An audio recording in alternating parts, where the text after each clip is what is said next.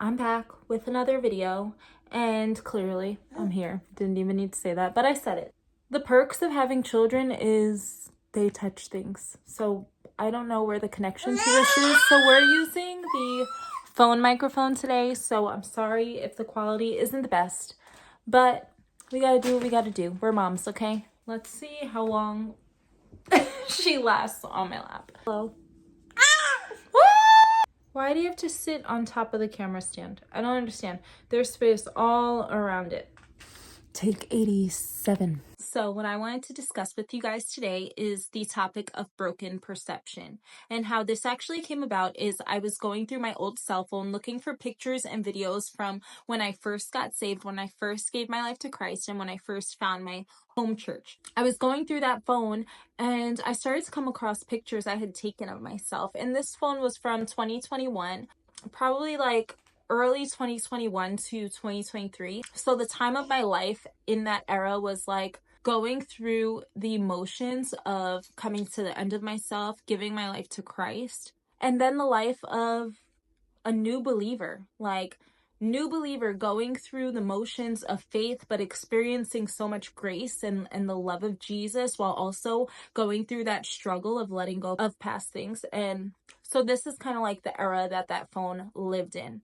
And there's so many pictures of me serving with my family from New York, and so many amazing memories, like my first baptisms on there, but also a lot of videos. I created almost like a video diary for myself of what I was feeling, of what I felt like the Lord was speaking to me through his word, of my experiences and how life was changing as a result of coming to the end of myself and giving everything to Jesus. This isn't about me, okay? This is about what we as sinners, as people in a broken world, go through. So, disclaimer, it's not a woe is me fest. It's not a pity party. Like, it's about how delusional I was, okay?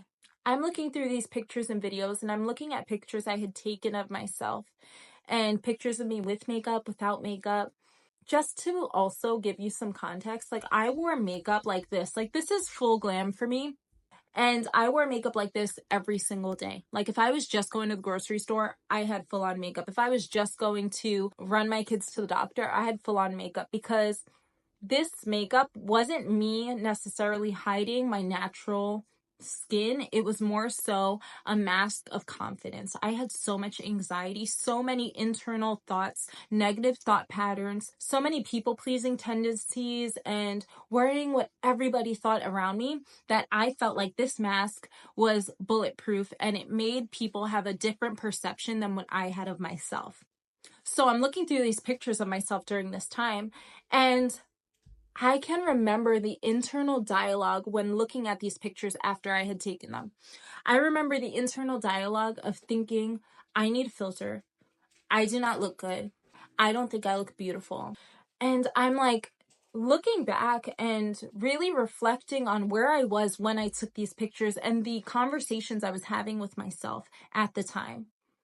And now looking at these pictures, where I am now, and the healing that I've been through, the new creation that I am, the journey that God has taken me through, that I am still on, guys.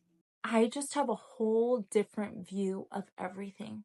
I look at these pictures and I see such a beautiful woman that just doesn't know who she is, that doesn't know how loved she is, that doesn't know that she has value, that doesn't know that she has purpose and a plan, that doesn't know she doesn't have to settle, that doesn't know that she is beautiful just in who she is, that she doesn't need anything added because she is created in the image of God.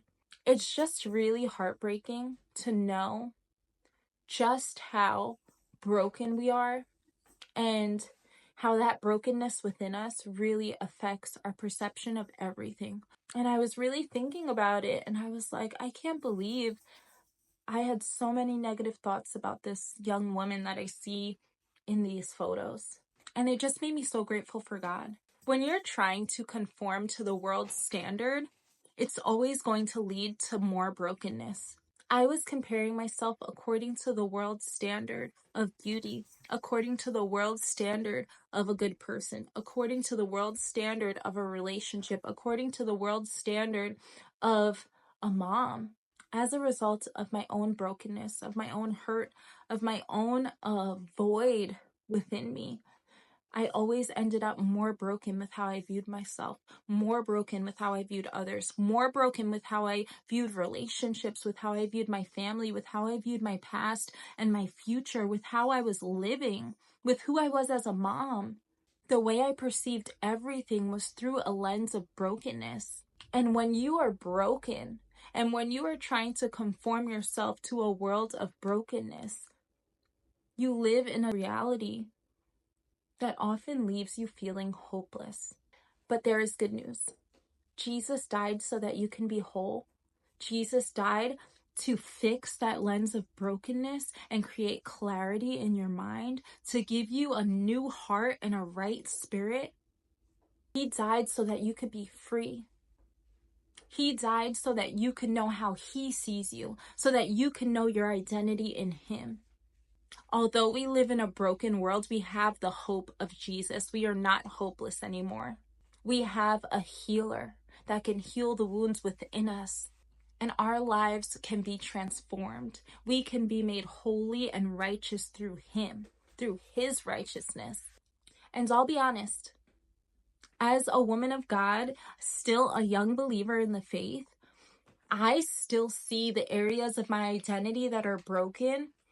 And I welcome Jesus into those areas. He reveals them to me through his word so that I may welcome him in to heal these areas, to bring truth into these areas, to override the brokenness that was imprinted in me through this world, through my sin, through my pain, through my suffering, so that he may heal it, so that he may rewrite my story. So, even though we still live in a broken world, even though we are still all susceptible to sin and we need to take up our crosses daily and follow him, although life is not perfect, we have hope in Jesus and the finished work of the cross.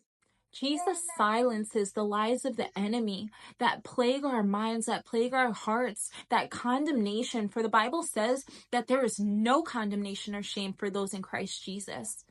And that is our true identity. And we find out the truth of who we are through his word. That is how good he is. That he's not only with us, but he gave us his word so that we can know the truth. This word never changes. This word is truth. This word never comes back void. This is my identity in Christ. If you feel like you've been struggling with your identity, I highly recommend for you to read Romans 8. Jesus and the finished work at the cross is who determined our identity. Our Creator determined our identity. This world does not determine our identity. Criticism and praise from other people do not determine our identity. Our identity is set in the finished work at the cross. We are all children of God. So no more broken perception. Don't stay in a broken mindset that causes you to see yourself and the world around you through a broken lens. Instead, seek the Lord in the areas of brokenness in your life. Seek the Lord to heal the areas that need healing. The word says that he is near to the brokenhearted.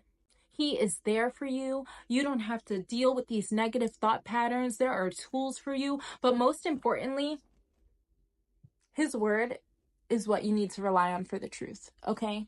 Do not trust your thoughts. Do not even trust your natural vision. Trust the word of God. Trust Jesus. And you can't go wrong. Okay, guys, I hope this was a short one. It really was on my heart to talk about this. Let's talk in the comments. Because I feel like a lot of people have the perception that there's these strong people in your life, these strong people that look like they have it all together, these strong people that are thin and beautiful and must live such a happy life because they look a certain way. These strong people that just because they never talk about it makes you think that they're not going through hard circumstances. But that's not true. We all live in a broken world. We're all susceptible to sin and we all need Jesus. There are silent battles that we are facing. We all need to love and encourage one another, and we need to be encouraged and stand firm in the truth of who we are.